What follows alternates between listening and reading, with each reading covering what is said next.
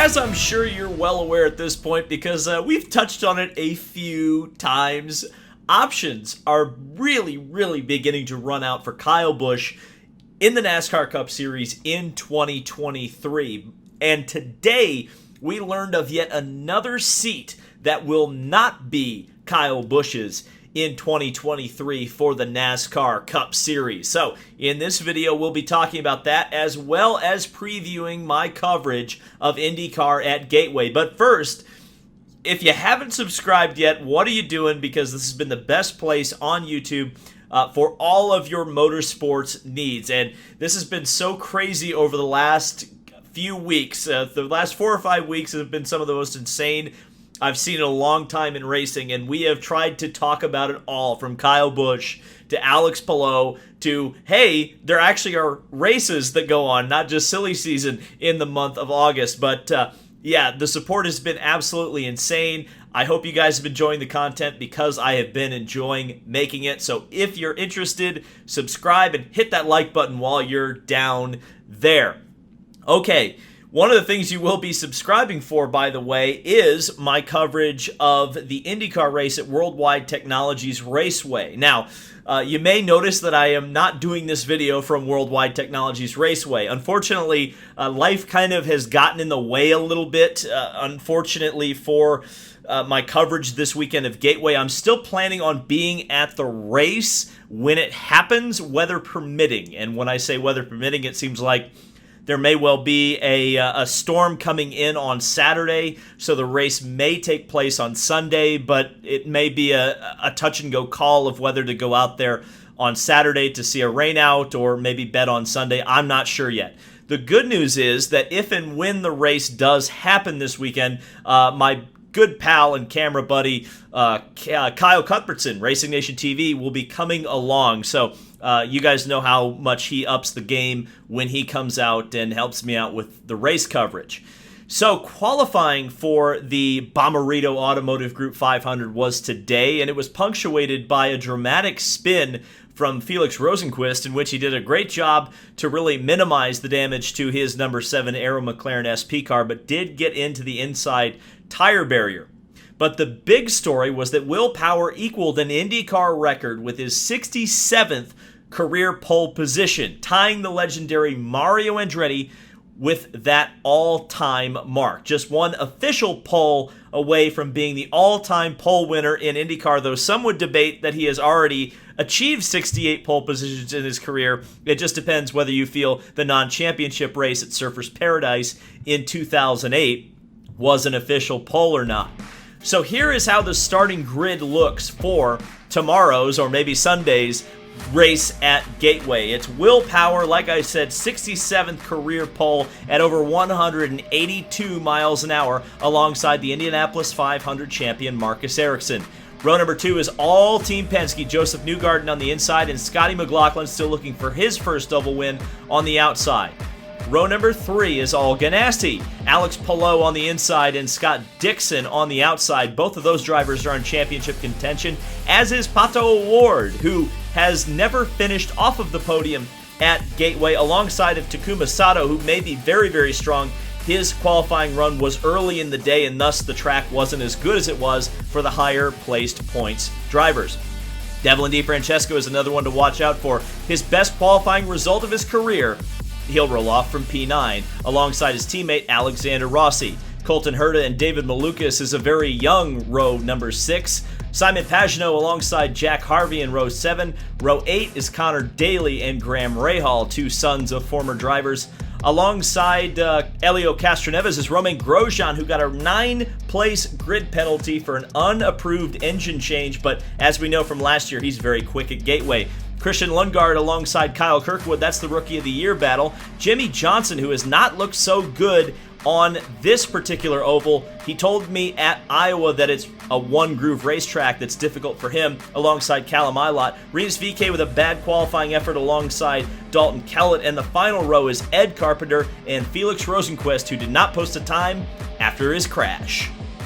And a reminder, be on the lookout for that coverage of Gateway whenever it does actually happen this weekend, whether I'm at the track or whether the weather prevents me from coming to that particular race. Okay, with today's Kyle Busch drama, it got off to a flying start, thanks to our good pal Adam Stern from the Sports Business Journal, who had this to say on Twitter about Kyle Busch's options for 2023. Here's the tweet. As Kyle Busch has previously stated publicly, he is drawing interest from other NASCAR teams who could sign him if he doesn't return to JGR. It's interesting that qualification is there, but the teams that have been mentioned as possible fits in recent weeks include RCR Racing, 2311, Colleague Racing, and Stewart Haas Racing.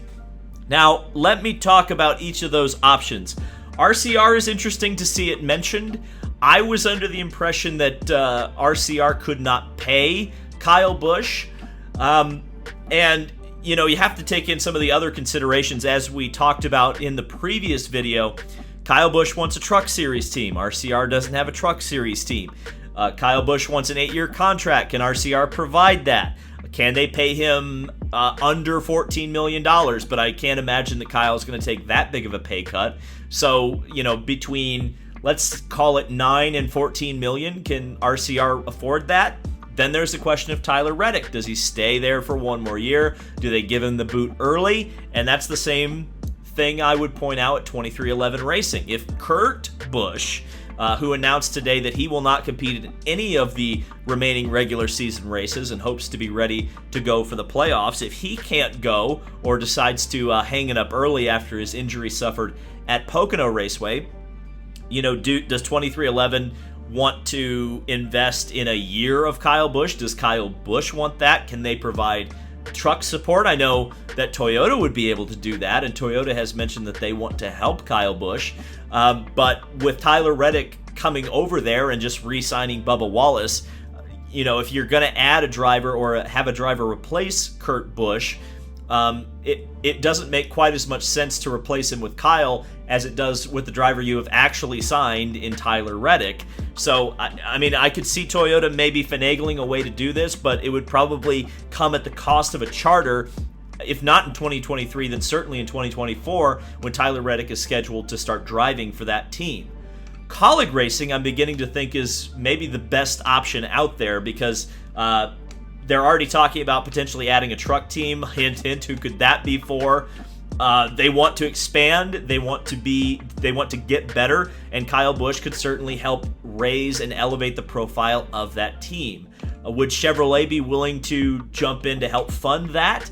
That's the question, I think. And I think that's probably the biggest stepping stone between Colleague Racing getting Kyle Busch and them not getting Kyle Busch. And looking at Stewart Haas Racing, it sure seems like the options are getting very, very limited all of a sudden.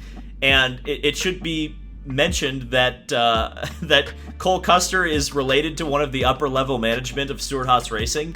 So it's interesting to see that the discussion went from he might be on the hot seat to, oh, he was never in any trouble. So we'll see. They have not officially announced anything for Cole Custer. However, one of the options at Stewart Haas Racing has gone away.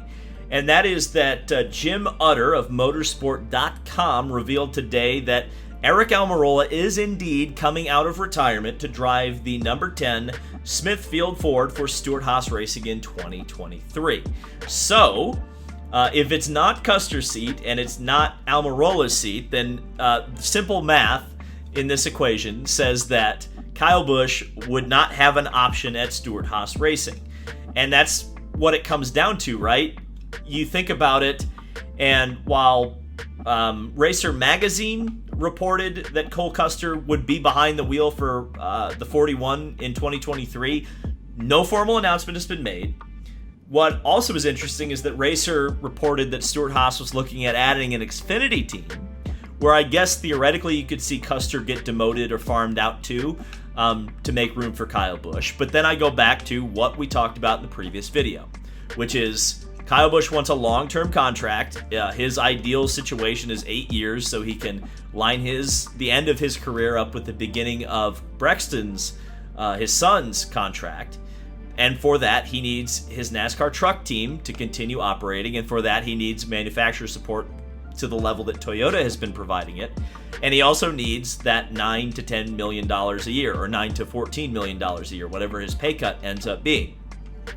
So when you look at those four teams, RCR, 2311, Colleague, and now Stewart Haas, which seems to have no room at the end anymore, where on God's green earth is Kyle Busch going to go?